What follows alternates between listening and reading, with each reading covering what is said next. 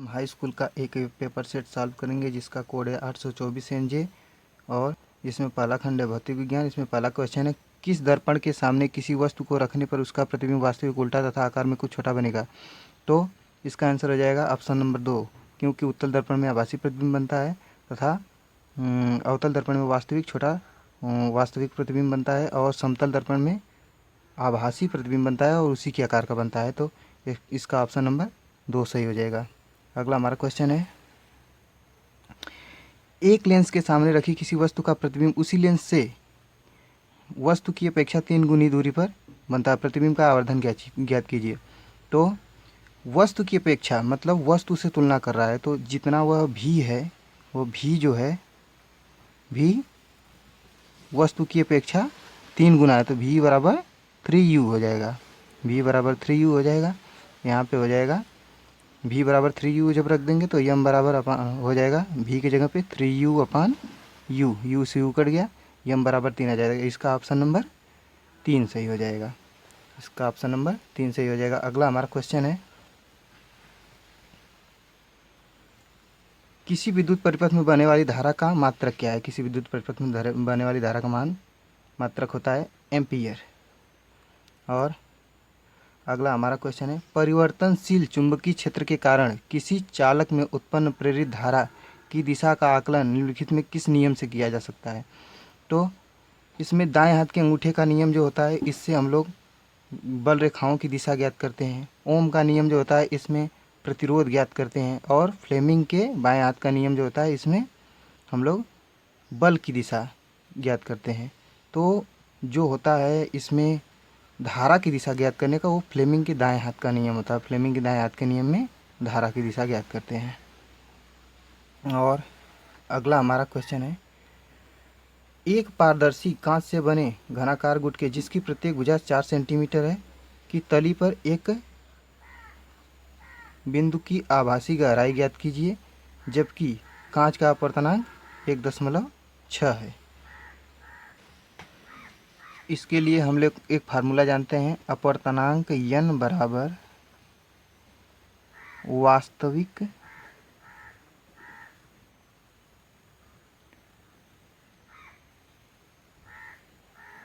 गहराई बटे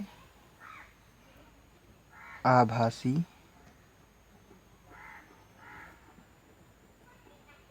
गहराई, जिसको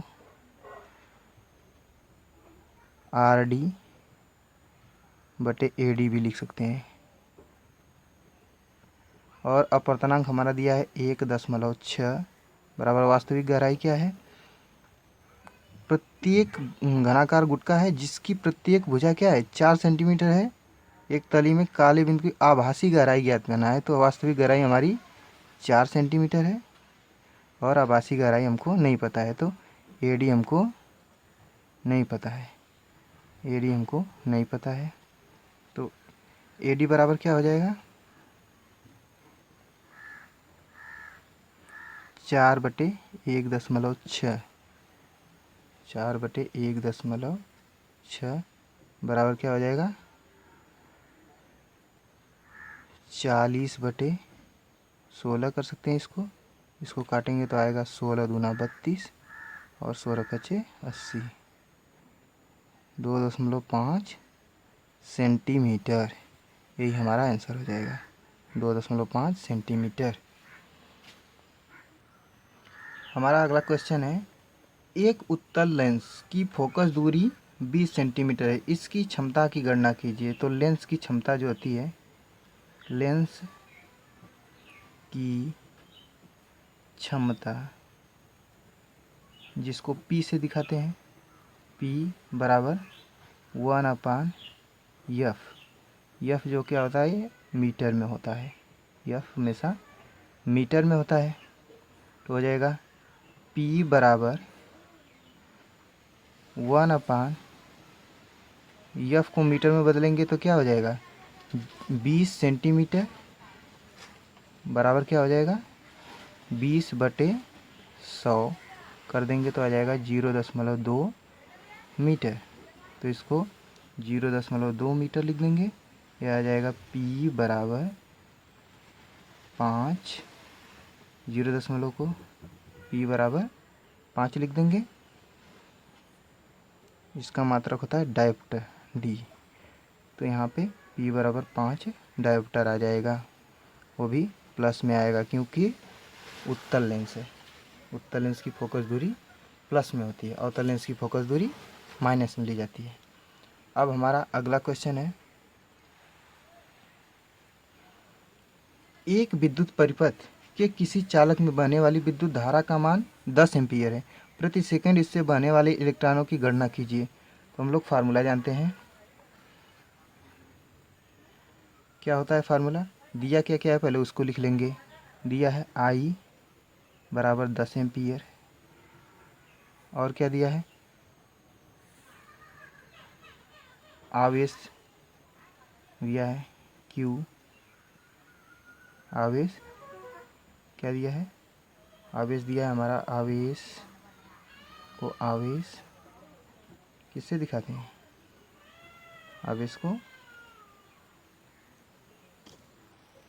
वैसे तो आवेश को Q से दिखाते हैं, लेकिन यहाँ पे दिया है इलेक्ट्रॉन का आवेश। इलेक्ट्रॉन का आवेश, इलेक्ट्रॉन पर आवेश, इलेक्ट्रॉन पर आवेश, इसको E से दिखाते हैं। E बराबर क्या दे दिया है? 1.6 गुणे 10 घाते ऋण 19 कूलाम। कूलाम। अब पूछा है इलेक्ट्रॉनों की संख्या। इलेक्ट्रॉनों की संख्या को हम लोग n से दिखाते हैं, तो इसको n लिख के क्वेश्चन मार्क कर देंगे। तो हमारा एक फार्मूला होता है I बराबर Q/T होता है, तो Q को NE लिखते हैं, तो NE I बराबर NE/T हो जाएगा। तो यहाँ से I का मान क्या हो जाएगा? 10। n का मान हमको नहीं पता है, तो n को n ही रहने देंगे, और 1.6 गुणे 10 घाते ऋण 19 इसको कर देंगे। T का प्रति सेकंड बोला था, 1 लिख देंगे। अब क्या हो जाएगा यहाँ पे हो जाएगा n बराबर 10/1.6 गुणे 10 घाते ऋण 19। n बराबर हो जाएगा 10/1.6 गुणे 10 घाते, यह ऊपर चला जाएगा, इसको 19 लिख देंगे और इसको काटेंगे। n बराबर क्या हो जाएगा? 6 16 छक्का 96, 6.25 गुणे 10 घाते 19 इलेक्ट्रॉन प्रति सेकेंड, इतने इलेक्ट्रॉन प्रवाहित होंगे। यही हमारा आंसर हो जाएगा। अब हमारा अगला क्वेश्चन है, एक ऑटो वाहन में पीछे से आने वाले किसी अन्य वाहन को देखने के लिए 6 मीटर वक्रता त्रिज्या वाला एक अवतल दर्पण लगा है। अवतल दर्पण नहीं, उत्तल दर्पण लगा है। किसी समय वाहन दर्पण से 6 मीटर की दूरी पर है, तो उस समय दर्पण में दिखने वाले उसके प्रतिबिंब की स्थिति ज्ञात कीजिए। तो हम लोग यहाँ से पहले वक्रता त्रिज्या R दिया है। R दिया है। R बराबर क्या दिया है? 6 मीटर। R बराबर दे दिया है 6 मीटर। तो और क्या दिया है? तो यहाँ से हम लोग फोकस दूरी निकाल लेंगे। फोकस दूरी F = R/2 होता है, तो 6/2 कर देंगे बराबर 3 मीटर। 3 मीटर इसकी फोकस दूरी। उत्तल दर्पण है इसलिए फोकस दूरी प्लस में होगी, तो 3 मीटर हमारी फोकस दूरी आ गई। अब बोला है किसी समय एक वाहन दर्पण से 6 मीटर दूर, वस्तु की दूरी कितनी हो गई? U बराबर हमारी हो गई क्या? 6 मीटर। U बराबर हमारी हो गई 6 मीटर। तो प्रतिबिंब की स्थिति हमको निकालना है, तो U बराबर 6 मीटर होगी, तो U को हमेशा जो है दर्पण के सामने है, तो U को हमेशा माइनस लेते हैं। तो फार्मूला क्या है? 1/F = 1/V + 1/U। F का मान क्या है? 3 बराबर 1/V। V का मान हमको नहीं पता है, और U का मान -6 रख देंगे। इसको इस तरफ कर लेंगे, आ जाएगा 1/v बराबर 1/3। अब इसको इस तरफ करेंगे तो प्लस में चलेगा, प्लस 1/6। अब यहाँ पे सॉल्व कर लेंगे। 1/v बराबर हो जाएगा, इसको सॉल्व करेंगे 6 + 3/18। 1/v बराबर क्या हो जाएगा 9/18। 1/v बराबर हो जाएगा 1/2। v बराबर हो जाएगा 2 मीटर। यह हमारा आंसर हो गया। प्रतिबिंब का आकार भी पूछा है तो इसके लिए होता है, प्रतिबिंब का आकार निकालने के लिए क्या करेंगे, देखिए यहाँ पे प्रतिबिंब का आकार निकालने के लिए सबसे पहले यहाँ पे होगा I/O बराबर V/U। तो I/O को ऐसे रहने देंगे। V का मान क्या है, V का मान आया है 2, U का मान आया है क्या, U का मान हमारा है 6। तो क्या यहाँ पे हो जाएगा, इसको काटेंगे तो ये आ जाएगा 1/3। तो I का मान क्या हो जाएगा 1/3 O। I बराबर 1/3 O हो जाएगा। तो बोलेंगे वस्तु का 1/3 गुना, प्रतिबिंब का आकार क्या होगा, वस्तु का 1/3 गुना होगा। यही हमारा आंसर हो जाएगा। और हमारा अगला क्वेश्चन है अथवा वाला। निकट दृष्टि दोष से पीड़ित एक व्यक्ति अधिक से अधिक 10 मीटर की दूरी तक देख सकता है। सही दृष्टि के लिए लेंस की प्रकृति, फोकस दूरी व क्षमता की गणना कीजिए। तो निकट दृष्टि दोष से पीड़ित है मतलब उसको निकट की वस्तु स्पष्ट दिखाई देती है, दूर की वस्तु स्पष्ट नहीं दिखाई देती है। तो वह कहाँ तक देख सकता है, वह 10 मीटर तक देख सकता है। इसका मतलब उसका प्रतिबिंब कहाँ तक बन सकता है, 10 मीटर तक।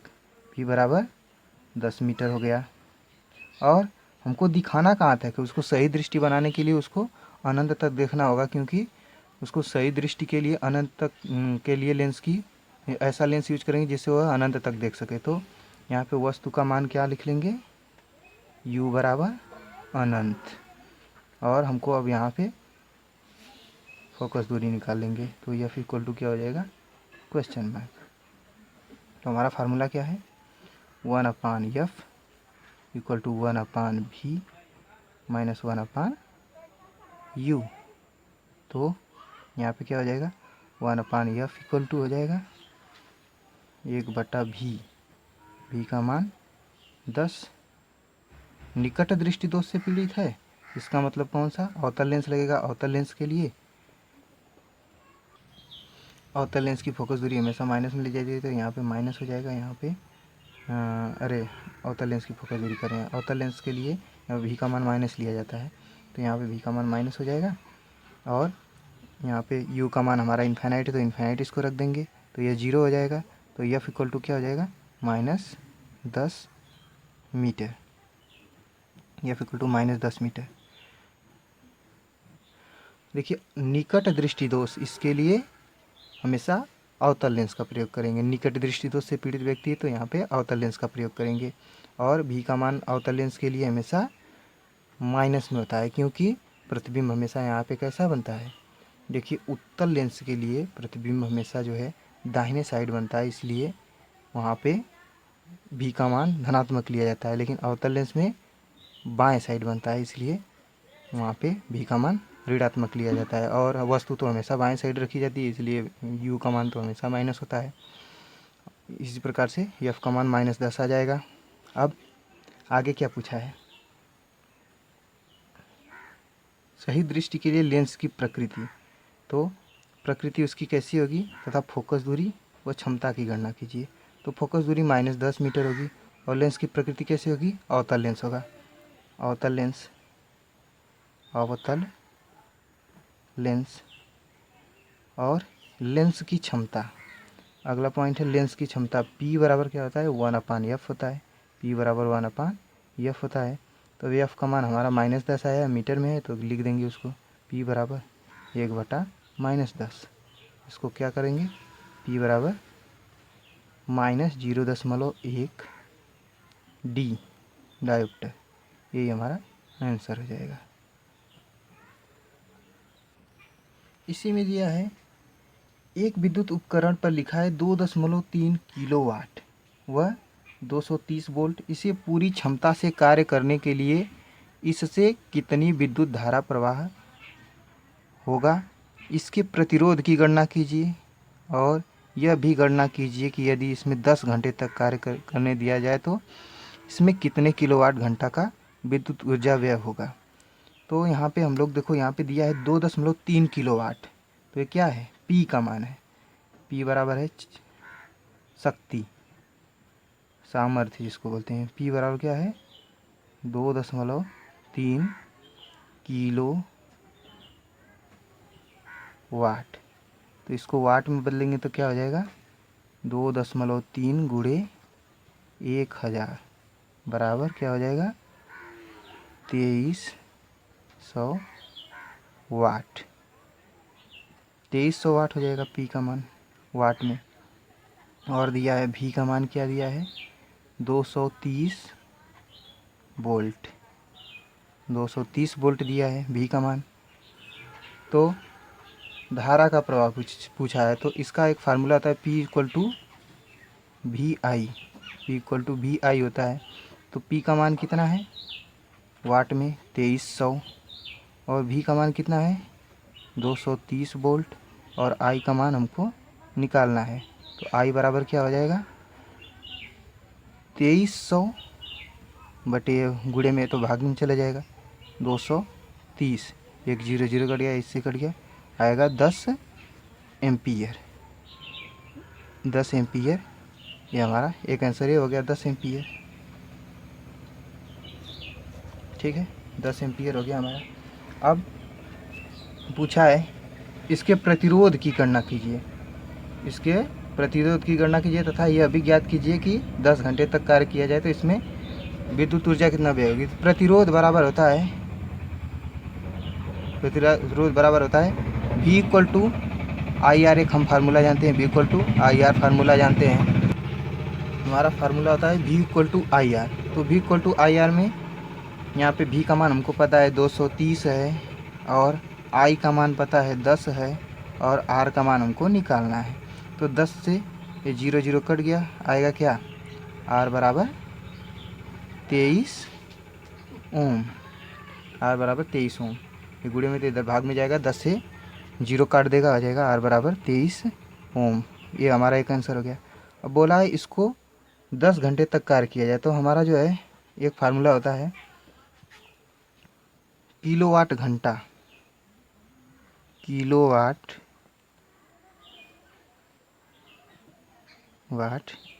घंटा, ये किसका मात्रक है, यह ऊर्जा का मात्रक है, यह ऊर्जा का मात्रक है।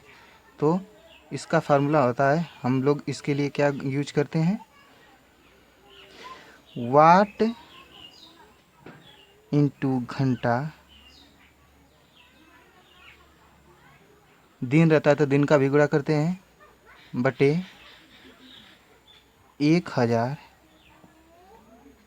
वाट इंटू घंटा बटे 1000 बराबर होता है व्यय ऊर्जा। तो कितने वाट है, 2.3 किलोवाट, या वाट में इसको 2300 वाट लिखेंगे। 2300 वाट, घंटा कितना है, 10 घंटा है, और 1000 का इसमें भाग मार दिया गया है। तो यह 3 0 से 3 0 पूरे पूरे कट गए। व्यय ऊर्जा क्या हो गई, 23 व्यय ऊर्जा हो गई। तो इसको व्यय ऊर्जा हम लोग किस में निकाल रहे हैं, किलोवाट घंटा में। तो व्यय ऊर्जा क्या हो जाएगा, व्यय ऊर्जा बराबर 23 किलोवाट घंटा। इसको यूनिट भी लिखते हैं, किलोवाट घंटा को यूनिट भी लिखते हैं, या यूनिट हो जाएगा। ठीक है, बस यही हमारा आंसर हो गया। ठीक है, अगला क्वेश्चन। अगला हमारा क्वेश्चन है, लोहे के एक तार की लंबाई L1 है तथा अनुप्रस्थ काट का क्षेत्रफल A1 है, वह प्रतिरोध क्या है, 5 ओम है। यदि इसका तापक्रम बिना बदले इसकी लंबाई दोगुनी कर दी जाए जिससे आयतन में भी कोई अंतर ना हो, तो नए तार का प्रतिरोध ज्ञात कीजिए। तो हमारा दिया है लंबाई, लंबाई दिया है, लंबाई बराबर है L1, क्षेत्रफल बराबर दिया है A1 और प्रतिरोध रोध R बराबर दिया है, इसको R1 कर लेंगे 5 ओम। तो पूछा है R2 का मान, R2 बराबर क्वेश्चन मार्क। तो हम लोग एक फार्मूला जानते हैं, R बराबर रो इंटू यल अपान ए होता है। तो R1 के लिए निकालेंगे तो R1 बराबर रो इंटू L1 इसको कर लेंगे अपान A1 कर लेंगे। तो R बराबर रो L1 अपान A1। अब R1 का मान दिया है 5 ओम, रो L1 अपान A1 ये कर लेंगे हम लोग। अब यहाँ पे हम लोग एक बात ध्यान देंगे कि यहाँ पे आयतन का नाम लिया है, यहाँ पे हम लोग क्या लंबाई और क्षेत्रफल देख रहे हैं। तो आयतन के लिए क्या होता है, आयतन बराबर होता है, आयतन बराबर होता है लंबाई गुणे चौड़ाई गुणे ऊंचाई, या क्षेत्रफल गुणे लंबाई या चौड़ाई, कुछ भी क्षेत्रफल गुणे लंबाई कर सकते हैं। तो यहाँ पे हमको क्षेत्रफल मिल गया है तो लंबाई का हमको गुणा करना पड़ेगा तभी आयतन आएगा। तो हम लोग आयतन निकालने के लिए क्या करेंगे, V बराबर क्या हो जाएगा L इंटू ए, या इसको V1 बराबर क्या कर देंगे L1 अपान L1 इंटू A1 कर देंगे। तो यहाँ पे L1 इंटू A1 करने के लिए क्या, यहाँ पे आयतन क्षेत्रफल को आयतन में बदलने के लिए क्या करेंगे हम लोग, 5 बराबर रो L1 तो पहले से है और A1 ए भी पहले से है। अब क्या करेंगे, A1 यहाँ पे है, L1 इसको और गुणा करना पड़ेगा। तो यहाँ पे ऊपर भी L1 का गुणा करेंगे और L1 का भाग मारेंगे तभी इन दोनों समान रहेगा। अब L1 अपान L1 कर देंगे। इसके बाद हमारा क्या हो जाएगा L1 अपान L1। अब ये हो जाएगा 5 बराबर रो L1 का square upon A1 into L1। A1 और L1 अब हमारा V1 है तो क्या हो जाएगा 5 ओम बराबर हो गया रो L1 का स्क्वायर अपान V1। तो अब दूसरा जो है L1 का स्क्वायर अपान V1। अब दूसरा पॉइंट हमारा दिया है, क्या दूसरा पॉइंट दिया है कि जब क्या किया जा रहा है, इसमें देखो नए प्रतिरोध की गणना कीजिए जब लंबाई को दोगुना कर दिया जा रहा है। तो L1 जब L1 को दोगुना कर दिया जा रहा है, जब L1 को क्या किया जा रहा है 2L1 कर दिया जा रहा है, तो L2 जो होगा वह 2L1 के बराबर है। तो इसको 2L1 जब किया जा रहा है तो उस समय जो R2 आएगा उसकी गणना कीजिए, उस समय जो प्रतिरोध होगा उसकी गणना करना है। तो R2 बराबर क्या हो जाएगा रो, नई लंबाई क्या है, केवल L1 को दोगुना कर दिया है L1 का होल स्क्वायर, केवल क्या कि नई लंबाई में R2 बराबर हो जाएगा अपान, आयतन को नहीं बदल रहा है, आयतन को नहीं बदलना, केवल लंबाई को बदलना है तो आयतन वही रहेगा। तो R2 बराबर क्या हो जाएगा, अभी हम लोग देखें यहाँ पे क्या है रो, ये क्या हो जाएगा 2 दूना 4 L1 का स्क्वायर अपान V1। अब R2 बराबर क्या हो जाएगा, 4 को बाहर कर लेंगे, रो L1 का स्क्वायर अपान V1 हो जाएगा। यहाँ पे R2 बराबर हो जाएगा 4 रो L1 के स्क्वायर अपान V1 जो है यह किसके बराबर, रो L1 के स्क्वायर अपान V1 बराबर है 5 के बराबर। तो यहाँ पे 5 लिख देंगे। तो R2 बराबर क्या हो जाएगा R2 बराबर हो जाएगा हमारा, ये इसको 5 लिख दिए, तो R2 बराबर क्या हो जाएगा, देखिए रो L1 का स्क्वायर अपन V1, रो L1 के स्क्वायर अपन V1 किसके बराबर है, 5 ओम के बराबर है। तो यहाँ पे 5 ओम लिख देंगे, दोनों हो जाएगा 20 ओम। तो हमारा आंसर क्या हो जाएगा, 20 ओम। यही हमारा आंसर है। अब हमारा अगला क्वेश्चन है, संलग्न विद्युत परिपथ में प्रतिरोधक R1 R2 R3 बराबर 30 ओम है, R4 बराबर 10 ओम है, R5 R6 बराबर 40 ओम है। प्रयुक्त बैटरी में 16 वोल्ट का जो है दिया है, 16 वोल्ट दिया है और उसका आंतरिक प्रतिरोध 0 मान लेते हैं। तो प्रत्येक प्रतिरोध R1 R2 R3 R4 R6 में बहने वाली विद्युत धाराएं ज्ञात कीजिए और प्रत्येक प्रतिरोधक के सिरों के बीच उत्पन्न विभवांतर भी ज्ञात कीजिए। तो यह R4 बराबर दिया है, R4 बराबर दिया है, R4 बराबर दिया है क्या, 10 ओम। तो यहाँ पे हमको जो है क्या क्या निकालना है, I1 I2 I3 I4 I5 और I6 निकालना है, V1 V2 V3 और V4 V5 V6 निकालना है। तो सबसे पहले हम लोग निकालेंगे क्या, यहाँ पे देख रहे हैं, यहाँ पे दिया है हमारा R1 R2 R3, ये तीनों देखिए किस क्रम में है, यह तीनों का पहले का पहला सिरा, तीनों का पहला सिरा एक बिंदु पर मिला है, इस इधर तीनों का पहला सिरा दूसरे बिंदु पर मिला है, मतलब यह समांतर क्रम में है।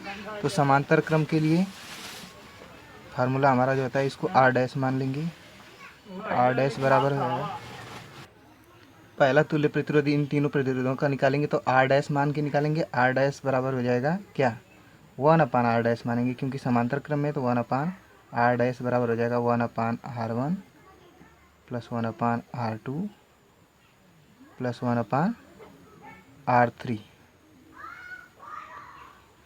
तो 1/R डैश बराबर क्या हो जाएगा, 1/30, तीनों का मान 30 है तो 1/30 प्लस 1/30।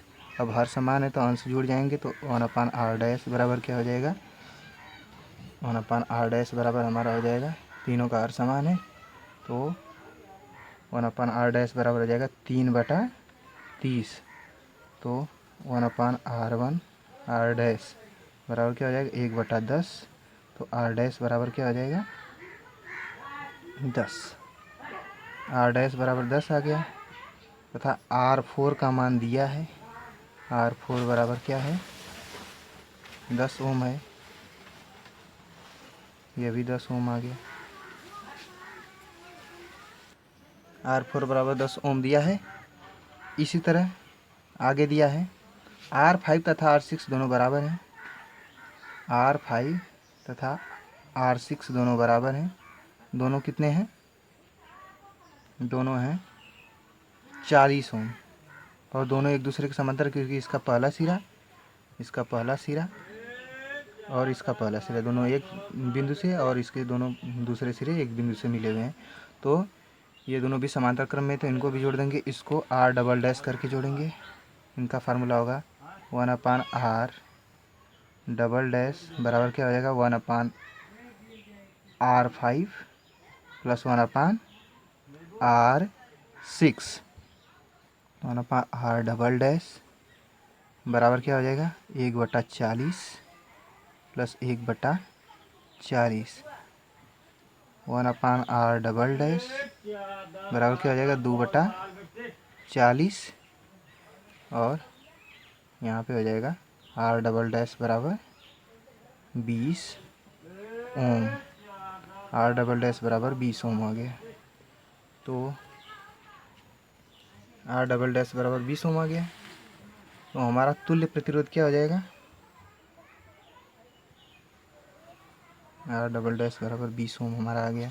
अब देखिए यहाँ पे इसका तुल्य प्रतिरोध आया 10 ओम, इसका 10 ओम दिया है, इसका आ गया 20 ओम। तो तीनों का तुल्य प्रतिरोध निकालेंगे, R बराबर क्या हो जाएगा, तुल्य प्रतिरोध R बराबर हो जाएगा, तीनों श्रेणी क्रम में होंगे किसका, क्योंकि इसका पहला इसके दूसरे वाले से, इसका दूसरा इसके पहले वाले से, एक दूसरे के श्रेणी क्रम में है, क्योंकि इसका पहला इसके दूसरे और इसका दूसरा इसके पहले वाले से ऐसे जुड़ा हुआ है, तो ये श्रेणी क्रम में है। तो श्रेणी क्रम का फार्मूला होता है आर बराबर R1 को R डैश माने हैं, R2 हमारा R4 है, R डबल डैश तीसरा है। तो जोड़ लेंगे। R बराबर क्या हो जाएगा 10 प्लस 10 प्लस 20, R बराबर 40 ओम। तुल्य प्रतिरोध 40 ओम। हमारा तुल्य प्रतिरोध 40 ओम आ गया। अब तुल्य प्रतिरोध आ गया तो हमारा जो है टोटल कुल विभवांतर भी दिया है और कुल प्रतिरोध भी निकल गया, तो कुल धारा निकाल लेंगे। तो कुल प्रवाहित धारा परिपथ में निकालेंगे हम लोग, V इक्वल टू IR से निकाल लेंगे। तो V बराबर कितना दिया है 16 दिया है और I हमको निकालना है, R का मान कितना दिया है 40 ओम। I बराबर क्या हो जाएगा 16/40 बराबर कितना हो जाएगा 0.4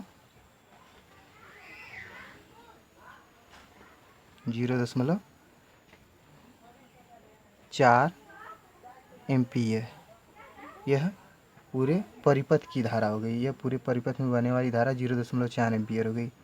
तो अब हमको जो है यहाँ पे निकालना होगा I1 का मान।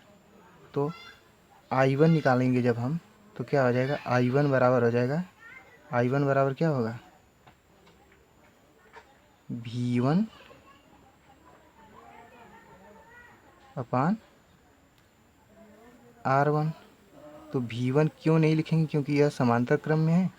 मान लो V1 को V1 लिख दिए, तो यह समांतर क्रम में है, तो इसका मतलब विभवांतर सभी में बराबर रहेगा। तो I1 बराबर हमारा हो जाएगा क्या, I1 बराबर क्या होगा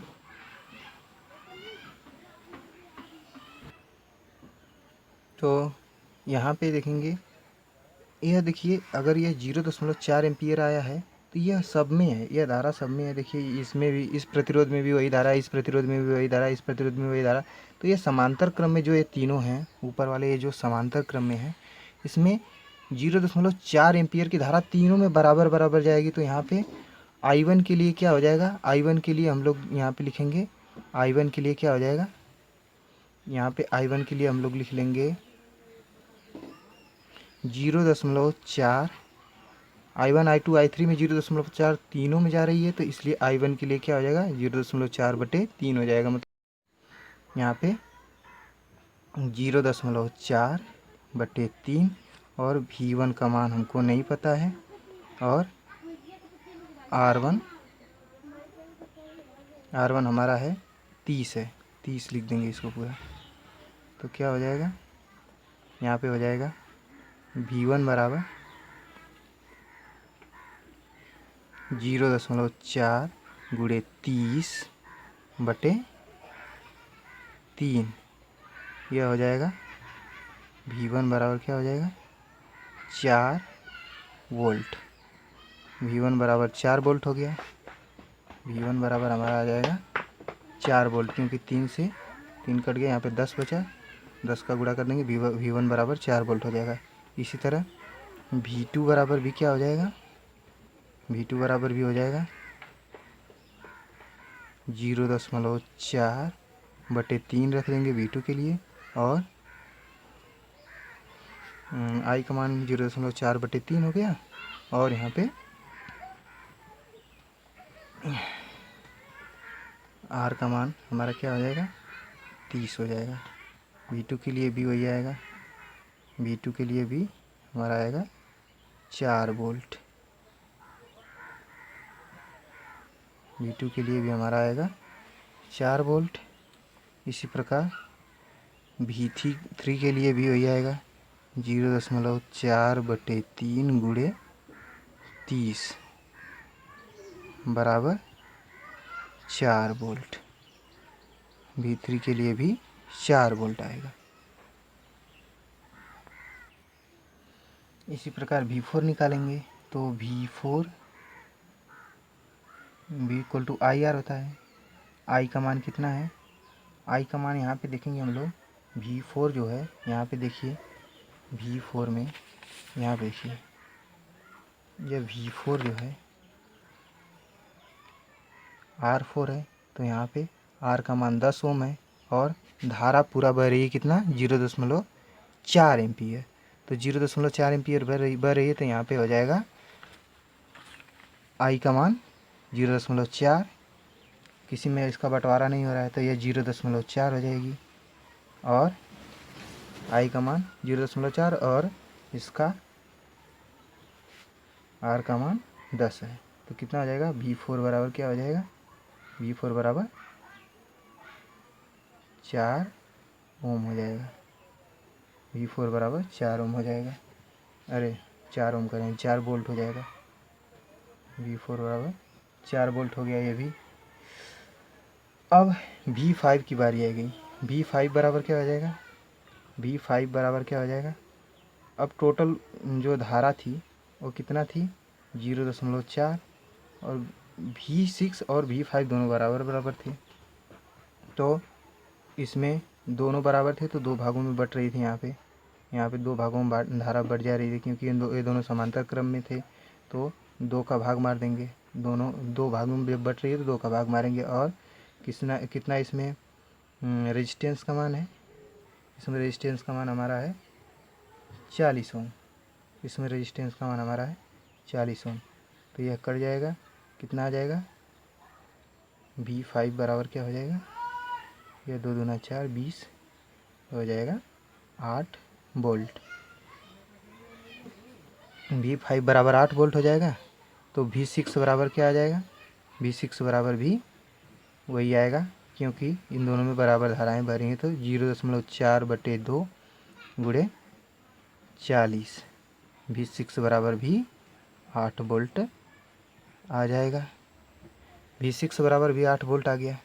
तो हमारा जो ये है V1, V2, V3, V4, V5, V6, तो जो V5 और V6 था, इन दोनों में जो है बराबर बराबर धाराएं बट रही थी, क्योंकि ये समांतर क्रम में थे। समांतर क्रम में जो होता है धारा अलग अलग होती है, इसलिए वहाँ पे आधा धारा उसमें जा रही थी, आधा धारा इसमें जा रही थी, क्योंकि दोनों का प्रतिरोध समान था, इसलिए आधा आधा धाराएं बांट रहे थे। और जो V1, V2, V3 था, वहाँ पे 3 भाग में धारा बट रही थी। 0.4 को वहाँ पे 3 भागों में बांटा गया था, यहाँ पे 0.4 को 2 भागों में बांटा गया है। और V4 जो है वहाँ पे एक भी भाग में नहीं बांटा गया है, क्योंकि उसमें धारा जो है वह किसी क्रम में नहीं है, क्योंकि वह अकेला रेजिस्टेंस है, वह प्रतिरोध अकेला है, इसलिए वहाँ पे धारा पूरा प्रवाहित हो रही है। तो V1, V2, V3, V4, V5, V6 हमारा निकल गया। अब हमारा क्या बचा है, I1, I2, I3, I4 और I6 बचा है। तो हम यहाँ पे I1 निकालेंगे। हमारा I1 निकालेंगे तो I1 क्या है, I1 बराबर होता है V equal to I R होता है, उसी से हम लोग I1 में देखिए यहाँ पे निकालेंगे, V equal to I R होता है। सभी लोग ये आसान करने में, याद करने में आसान होता है। तो I बराबर क्या हो जाएगा, V/R हो जाएगा। तो यहाँ पे हो जाएगा V/R,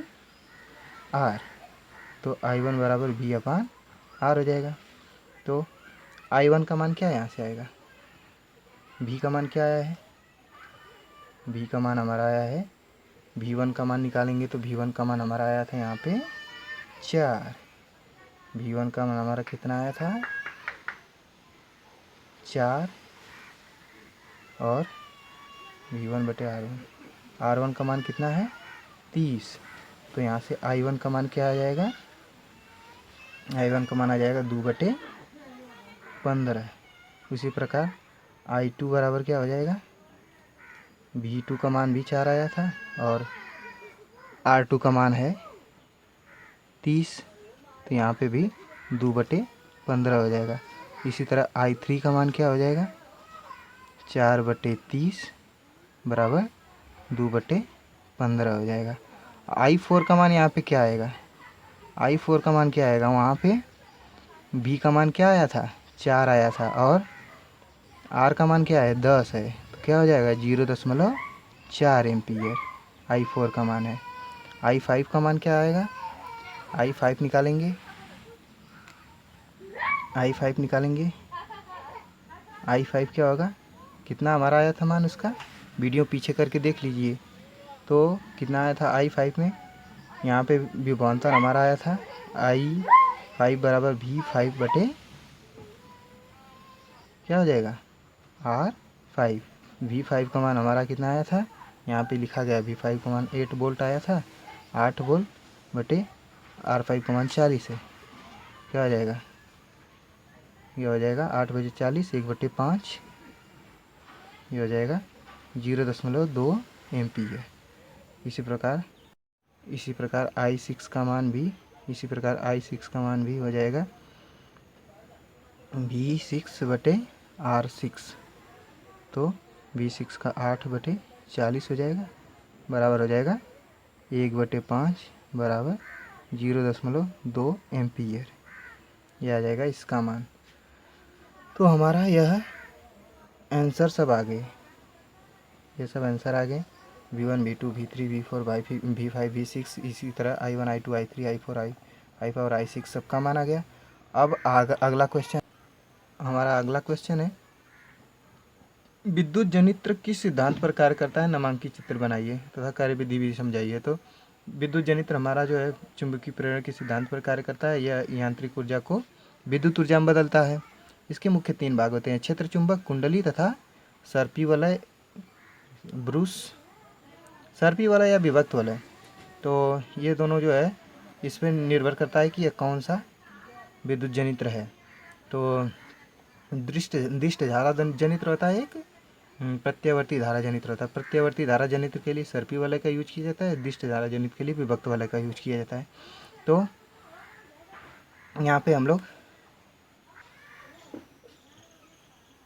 तो इसमें हमारा क्षेत्र चुंबक जो होता है यह एक विशालकाय चुंबक होता है जो हमारे उस क्षेत्र में एक प्रबल चुंबकीय क्षेत्र को उत्पन्न करता है। यह N तथा S ध्रुव वाला एक शक्तिशाली चुंबक होता है। इसी चुंबकीय क्षेत्र को कुंडली में घुमाया जाता है ना, कुंडली को इसी चुंबकीय क्षेत्र में घुमाया जाता है। तो कुंडली हमारी क्या होती है, कुंडली को जान लो। कुंडली को ध्यान से देखिए, यह एक तांबे की तारों की बनी हुई होती है जिसे आर्मेचर कहते हैं। इसमें कच्चे लोहे के क्रोड पर पृथककारी तांबों को लपेटकर बनाया जाता है। और अगला हमारा भाग होता है सर्पी वलय तथा ब्रूस, या सर्पी वलय तथा ब्रूस या विभक्त वलय तथा ब्रूस। तो चाहे जो भी हो, वो सर्पी वलय लेंगे जब प्रत्यावर्ती धारा जनित्र रहेगा, और दिष्ट धारा जनित्र के लिए विभक्त वलय लेते हैं। तो यह तांबे के तार के बने 2 छल्ले होते हैं जिसका संबंध एक और कुंडली से तथा दूसरी ओर तारों से होता है। जो ब्रूस होते हैं वह ग्रेफाइट के बने होते हैं। तो इनका सिद्धांत क्या होता है, सिद्धांत को देख लीजिए, यही होता है सिद्धांत इनका।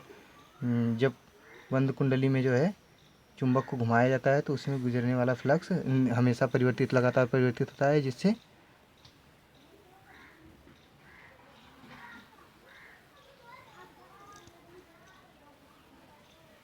जिससे हमारा